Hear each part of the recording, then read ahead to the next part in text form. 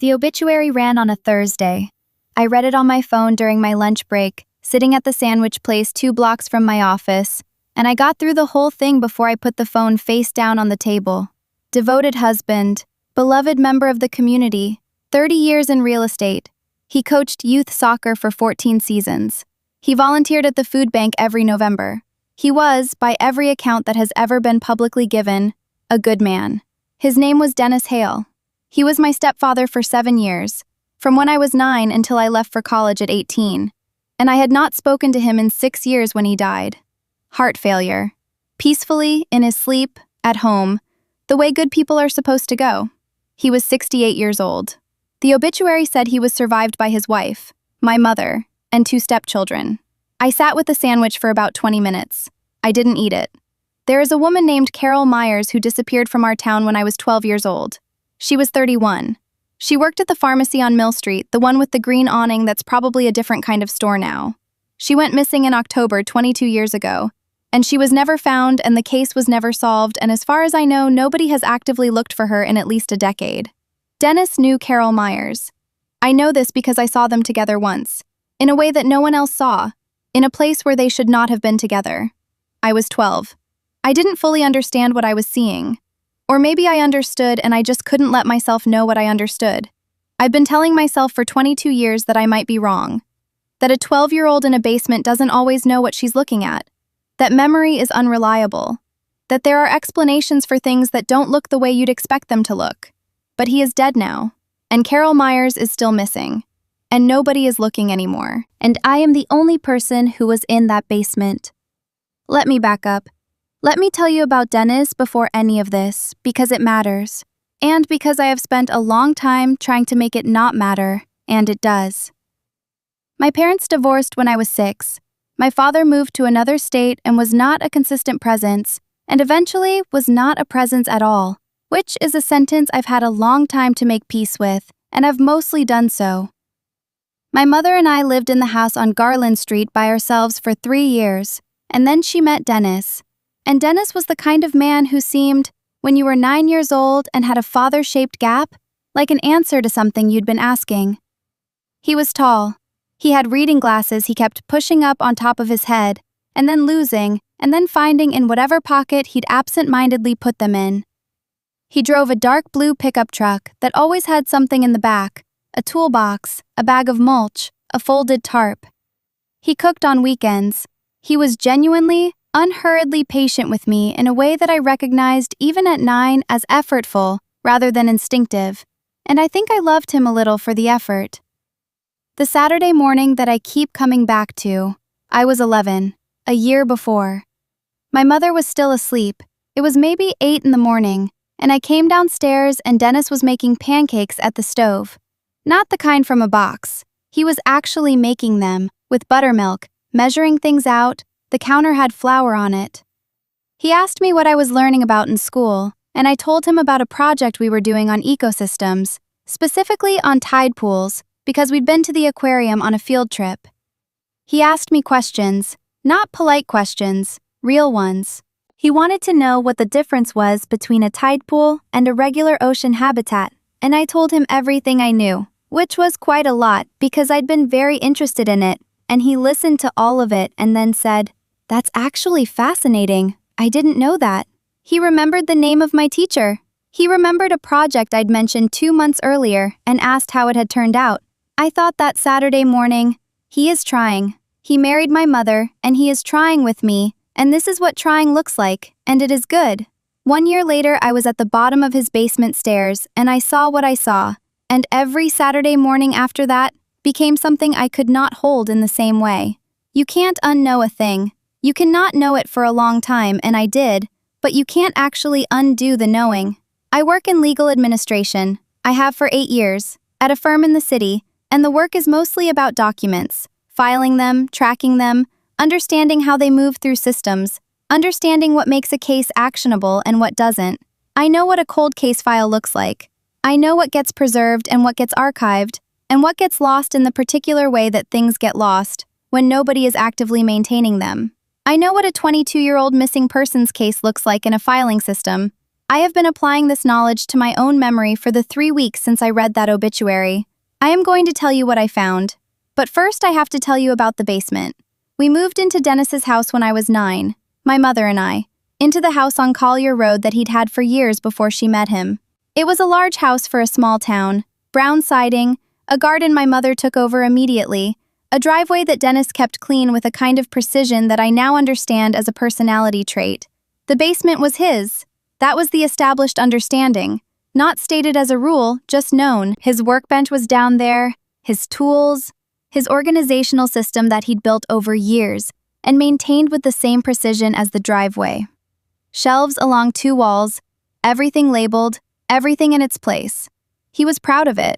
He showed it to me once, walking me through the system, explaining where things were kept, the way you'd show someone a thing you'd spent real time building. I was allowed to go down there with permission. There was a board game I liked on the lowest shelf of the left wall, Clue, which I was at the time obsessed with, which I have since thought about many times. And I would ask and he would say, sure, go ahead. He was not secretive about it in any way that I could see. It was just his space, and he liked it kept the way he kept it. The Sunday in October, I didn't ask. My mother was upstairs napping.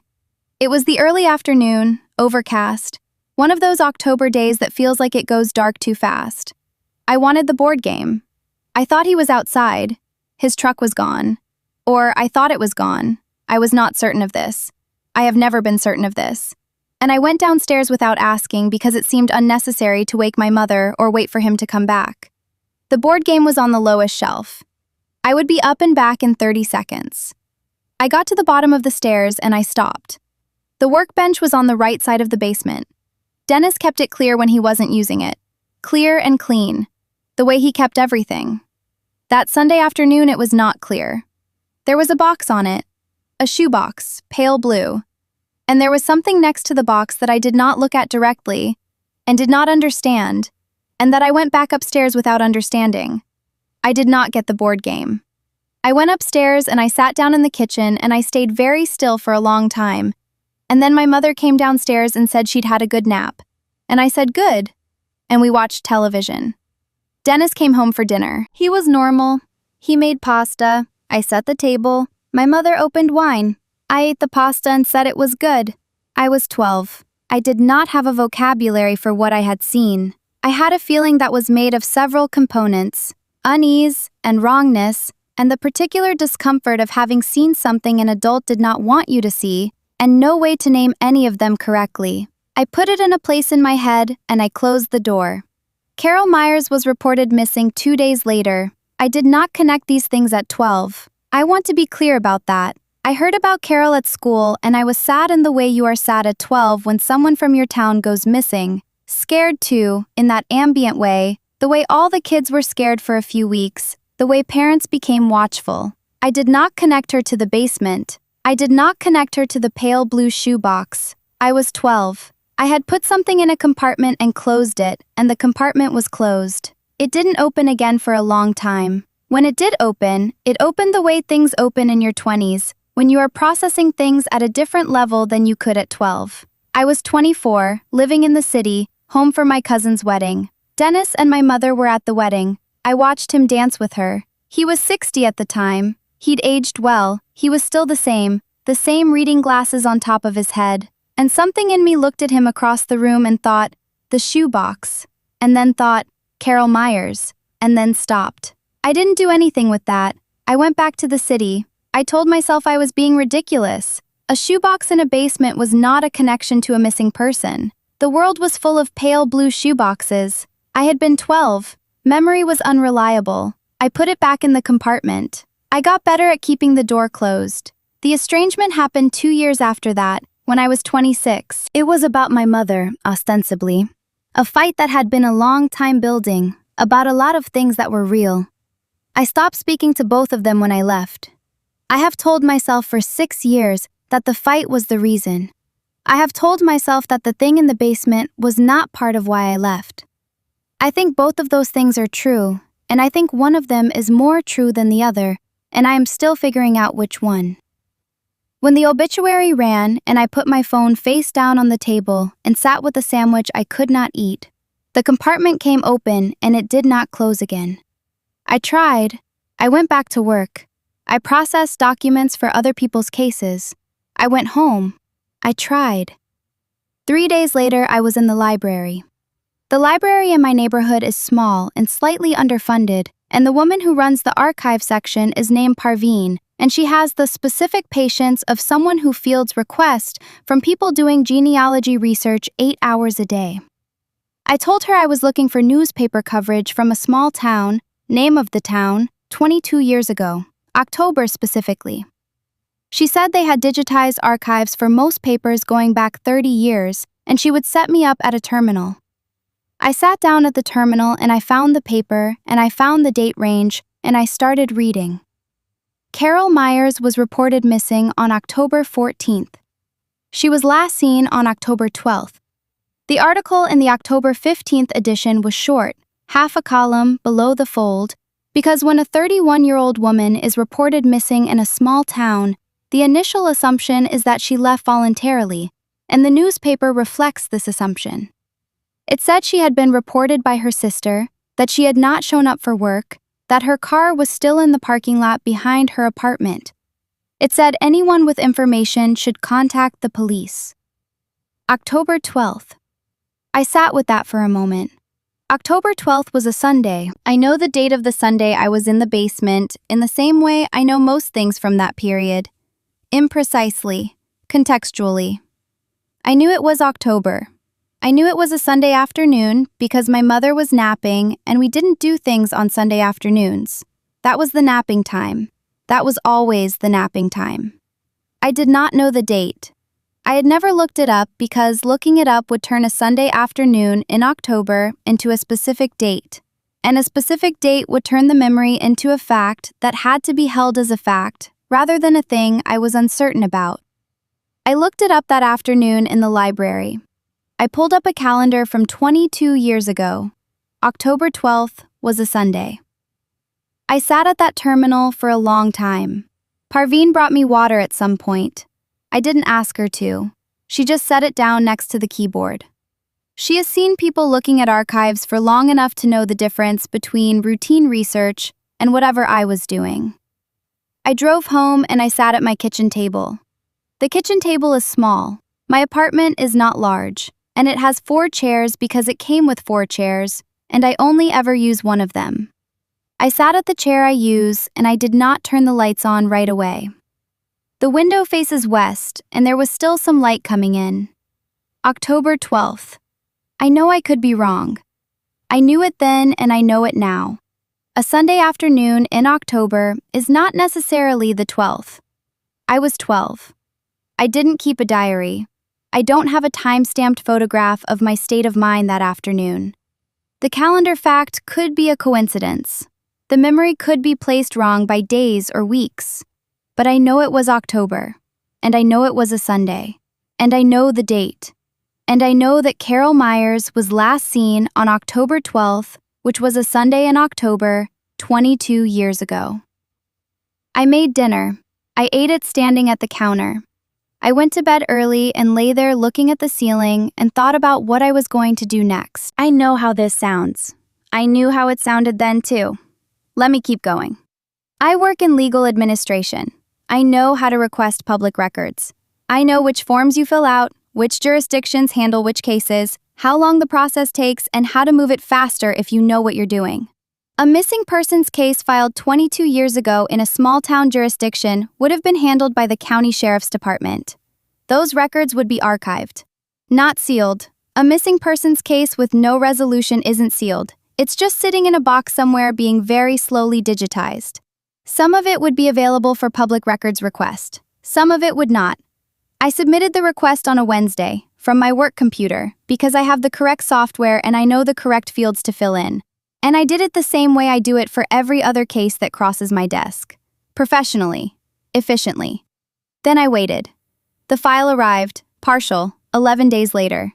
I sat with it at my desk at home on a Saturday morning, and I went through it the way I go through documents for work, systematically, with a notepad, noting what I found and what I didn't find and where the gaps were. The initial investigation notes were there, the list of people interviewed. the initial canvas of the neighborhood around her apartment, the pharmacy, the places she was known to frequent. My stepfather was on the list of people interviewed. He was interviewed on October 16th, 4 days after she was last seen. He was interviewed because he lived on Collier Road, and Carol's sister, the one who had reported her missing, lived on the same street. I had not known this. That they lived on the same street. I had not known Carol Meyers' sister was on Collier Road. I read his statement, 2 paragraphs. He said he had not seen Carol in several weeks. He said he barely knew her. He knew her by sight from the pharmacy, had spoken to her a few times, did not consider her an acquaintance. He said he was home all day on Sunday the 12th, with his family. My mother's statement was in the same section, 1 paragraph. She said her husband was home all day Sunday. She said she was certain. She was certain. Those 2 words. I read them 3 times.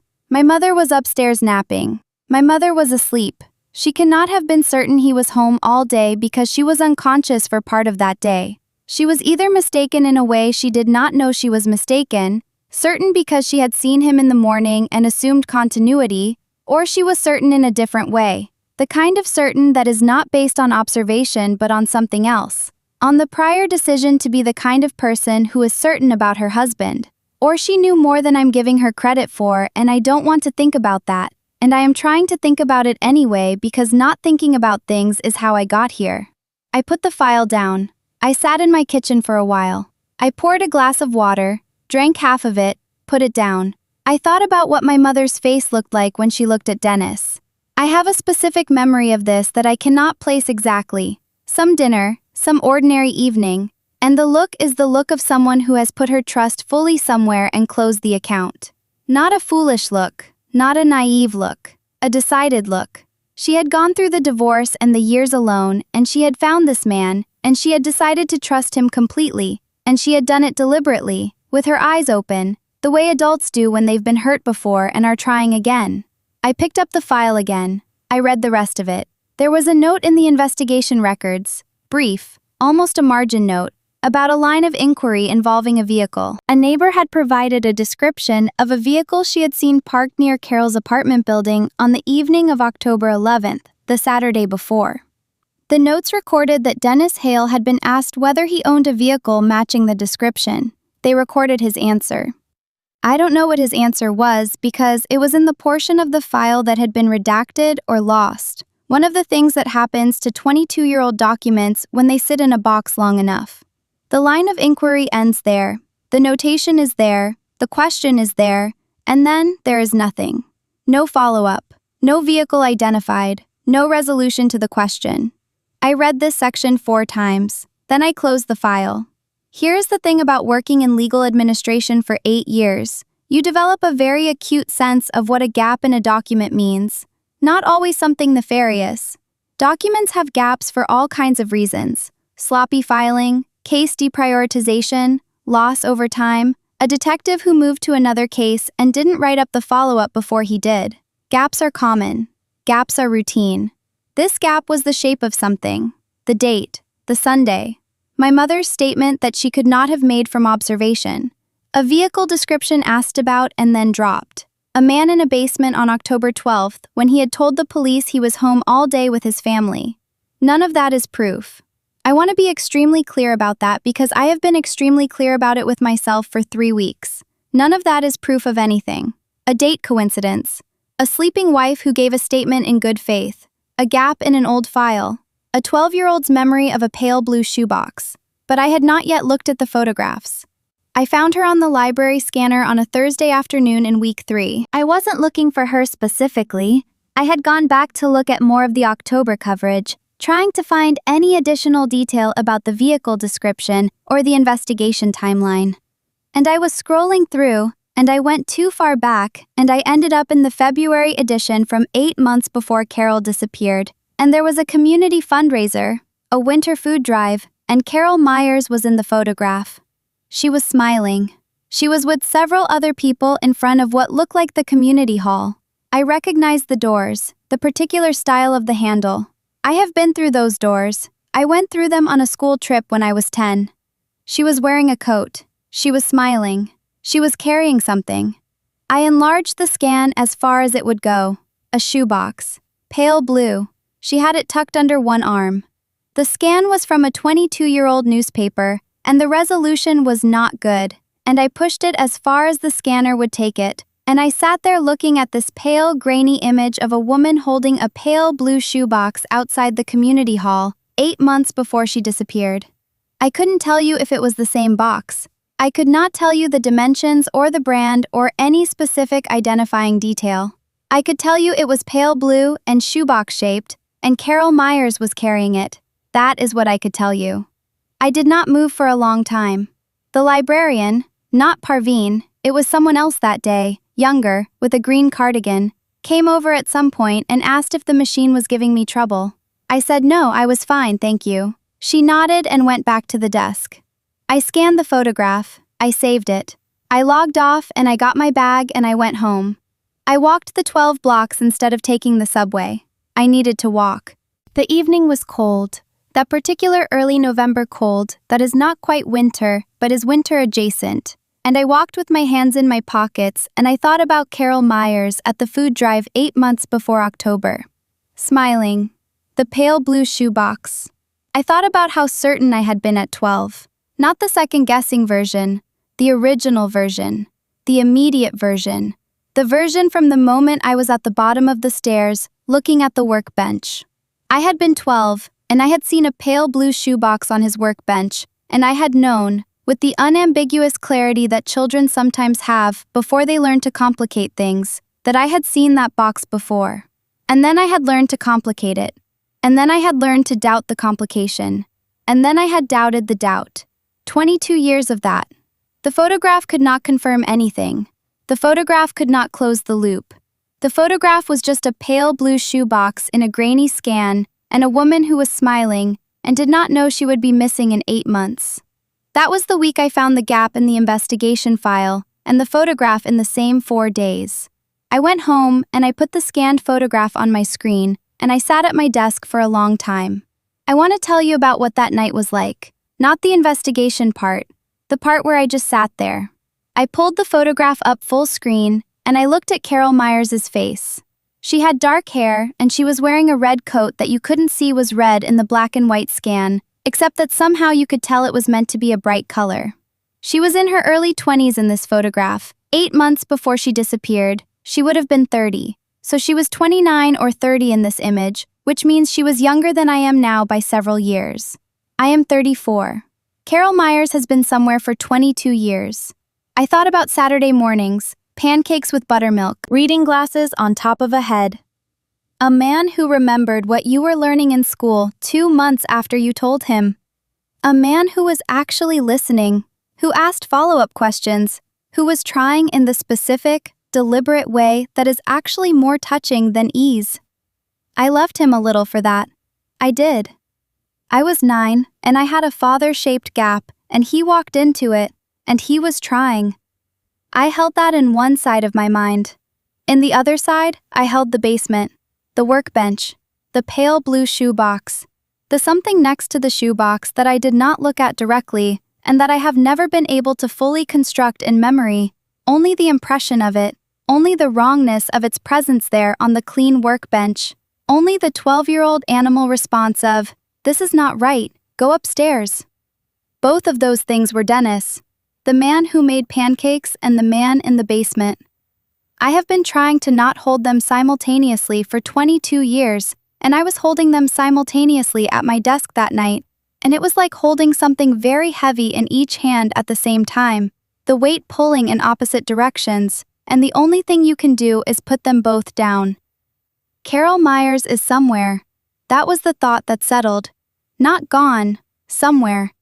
A physical place that is specific and findable. A place that Dennis knew. A place that no one has looked because no one knew to look there. He is dead. He took the location with him. Unless something in the 22 years of records points somewhere. Unless someone who knows how to look at records and knows what she saw in that basement looks at those records now. I am not that person. Or rather, I am partly that person, but I am not the right person to be the only person. I work in legal administration. I know what I know, and I cannot compel a search, and I cannot reopen a case, and I cannot do any of the things that need to be done if Carol is going to be found. I can give someone what I have. I can tell someone what I saw. I can stop being the only person carrying this. 22 years.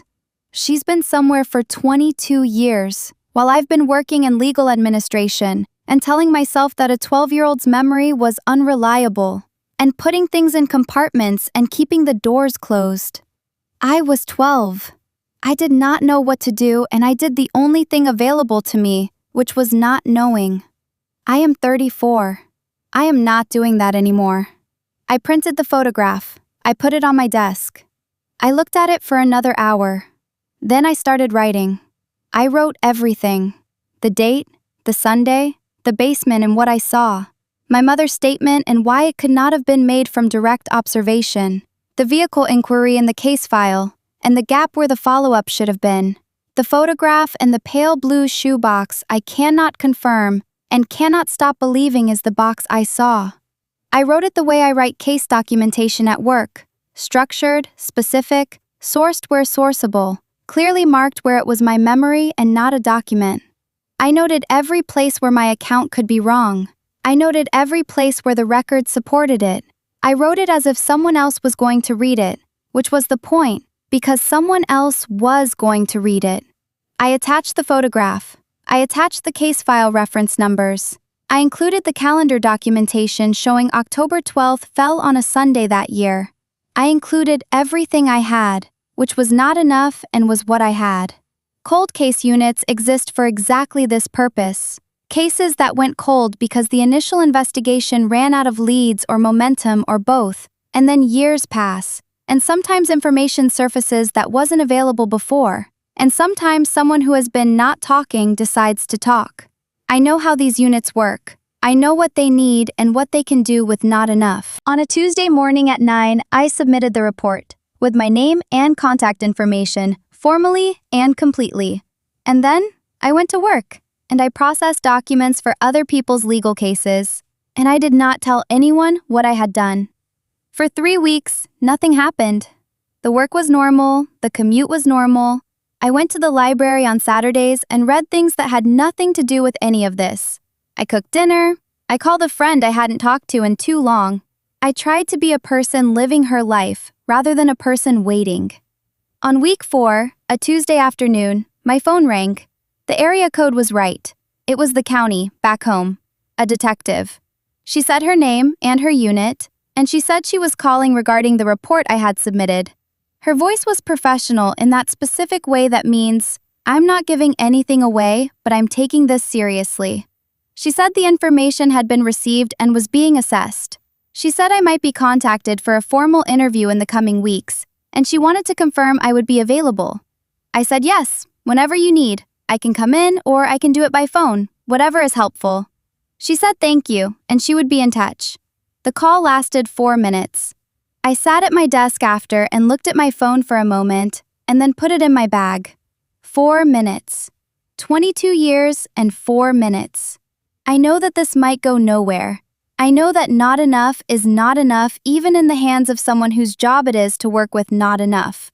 The case is old, and Dennis is dead, and the file has gaps, and my memory is the memory of a 12-year-old. I know all of this. I have known all of this the whole time. And I submitted the report anyway because it was the only thing available to me that was not silence. And I have been silent for 22 years, and I was done. That evening, I called my mother. Not to tell her. I was not going to tell her. That is not my telling to do. And she will find out in whatever way she finds out, through the detective or through the process, and I will deal with that when it comes. I called her because I have spent 6 years not calling her, and I have spent 22 years not doing things, and I am trying to be a person who does them. She picked up on the 3rd ring. She said, "Hello?" And then there was a pause, and then she said, "Sophie." I said, "Hi, Mom. It's been a long time." She said, "It has. It's been a long time." We talked for maybe 8 minutes. It was not a reconciliation. It was not comfortable, exactly. She asked about work, and I told her, and she said that sounded like it suited me, And I said, yes, I think it does. She told me she'd been gardening. The garden was doing well this fall.